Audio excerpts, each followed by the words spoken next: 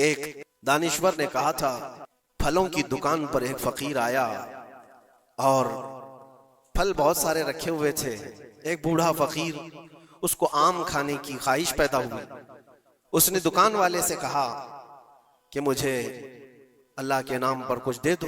ظاہر سی بات ہے جو چھٹے ہوئے آم تھے، جو نکالے ہوئے تھے، جن کے اندر سڑن پیدا ہو چکی تھی، وہ سائیڈ کیا گیا تھا، اس میں سے نکال کر کے اس نے دے دیا فقیر کو.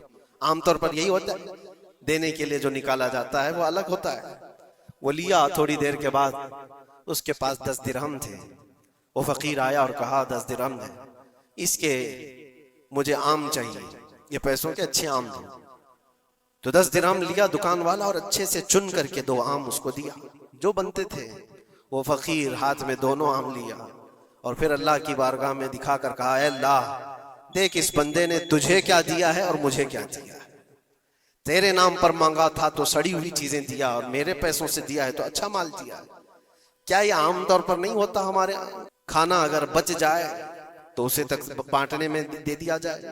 اس وقت مدرسے کے بچے یاد آتے ہیں. ولیمے میں، شادی میں، منگنی کی رسم میں کھانا دیگوں بنایا جاتا اور بچ جائے تو سوچتے ہیں کسی مدرسے میں غریب طلبہ کو دے دیا جائے، یا فقیروں اور مسکینوں کو کھرچن دینے کے لیے ہم کھڑے رہتے ہیں کہ بچ گیا ہے، خراب ہو جائے گا، اس سے اچھا ہے کہ غریب لوگ کھا لیں گے.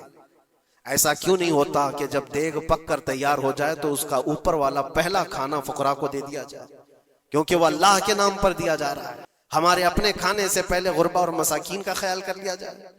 اسی لیے مجھے وہ بات یاد آتی ہے، رسول مکرم صلی اللہ تعالی علیہ وسلم کی عادت کریمہ تھی، جب آپ کے دسترخوان پر کوئی فقیر آتا تو اللہ کے نبی صلی اللہ علیہ وسلم کے دسترخوان پر جو کچھ ہوتا سب سے پہلے اس کو پیش کر دیتے.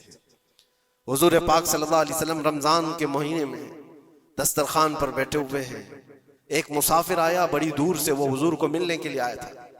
حضور پاک صلی اللہ علیہ وسلم اصحاب صفہ کے ساتھ، جو 70 صحابہ غریب صحابہ حضور کے در پر پلتے تھے، ان کے ساتھ افطاری کر رہے تھے. اور ایک مسافر آیا، اس کو بلایا گیا آ جاؤ دسترخوان پہ. 70 لوگوں کے بیچ میں دودھ کا ایک پیالہ تھا بس افطاری کے لیے. اور وہ جو مسافر آیا اس کو بٹھایا گیا، بڑا بھوکا تھا. اس سے کہا گیا لو آپ تناول کرو، آپ دودھ پی لو. اس نے اٹھایا، کسی کا خیال ہی نہیں کیا، پورا دودھ پی گیا. اللہ کے نبی صلی اللہ علیہ وسلم نے مسکرا کر کہا اللہ تیرا بھلا کرے. آتا ہے فقیروں پہ انہیں پیار کچھ ایسا، خود بھیک دیں اور خود کہیں منگتے کا بھلا ہو.